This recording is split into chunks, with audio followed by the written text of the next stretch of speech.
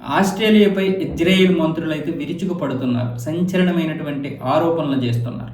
ఆస్ట్రేలియాకి మేము మొదటి నుంచి కూడా హెచ్చరిస్తున్నాం. హనూకా పండగ సందర్భంగా ఇజ్రాయెల్పై అలాగే యూదులపై దాడులు జరిగే అవకాశాలు ఉన్నాయి కాబట్టి యూదులు ఎక్కువగా ఉన్నటువంటి ఆస్ట్రేలియా, అమెరికా లాంటి అలాగే కెనడా లాంటి ప్రదేశాలన్నింటికీ కూడా మొదటి నుంచి మేము హెచ్చరికలు జారీ చేస్తున్నాం. కానీ ఆస్ట్రేలియా మాత్రం మొదటి నుంచి కూడా నిర్లక్ష్య ధోరణితో ఉంది. అందుకే ఈ యాంటీ సెమిటిజాన్ని అరికట్టడంలో విఫలమైందంటూ ఆయన అయితే ఆస్ట్రేలియాపై విరుచుకుపడ్డారు. ఎవరు అంటే ఇజ్రాయెల్ అధ్యక్షులు ఇసాక్ హెర్జోగ్. ఈయనతో పాటు మరికొంతమంది మంత్రులు కూడా ఆస్ట్రేలియాని హెచ్చరించారు.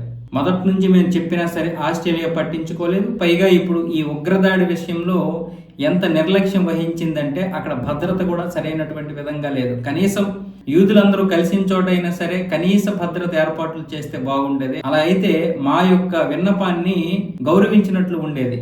కనీసం అలా కూడా ఆస్ట్రేలియా చేయలేదంటూ వాళ్ళైతే మాట్లాడుతున్నారు. మన సోదరీమణులు ఆస్ట్రేలియాలో చనిపోవడం అనేది చాలా బాధాకరమైనటువంటి విషయం. దీనికి ప్రతీకారం ఖచ్చితంగా తీర్చుకుంటామంటూ వాళ్ళైతే మాట్లాడారు. ఇసాక్ హెర్జోగ్ తో పాటు మరికొంతమంది మంత్రులు అయితే ఇప్పుడు ఈ విషయాలు మాట్లాడుతున్నారు. పైగా ఆస్ట్రేలియా ఇప్పుడు దీన్ని ఖండించిన ఆస్ట్రేలియాలో కూడా నిర్లక్ష్య ధోరణి అయితే మొదటి నుంచి కనిపిస్తుంది. యూదుల విషయంలో యూదులు కావచ్చు, హిందువులు కావచ్చు, మనం చూసుకున్నట్లయితే ఎక్కువైపోతున్నారు. విదేశీయులు ఆస్ట్రేలియాలో ఎక్కువైపోతున్నారు. ముఖ్యంగా భారతీయులు ఎక్కువైపోతున్నారంటూ నిరసనలు కూడా చేపట్టారు. మన హిందూ దేవాలయాల పైన రాయికోడిని రాతలు కూడా రాస్తున్నారు కొంతమంది ఉగ్రవాదులు. ఆ విషయంలో కూడా ఆస్ట్రేలియా మొదటి నుంచి కూడా కొంచెం నిర్లక్ష్య ధోరణి వ్యవహరిస్తుంది. ఆ దాడి జరిగినప్పుడు మాత్రం లేదా అలాంటి రాతలు రాసినప్పుడు మాత్రమే ఖండిస్తున్నామని చెబుతోంది.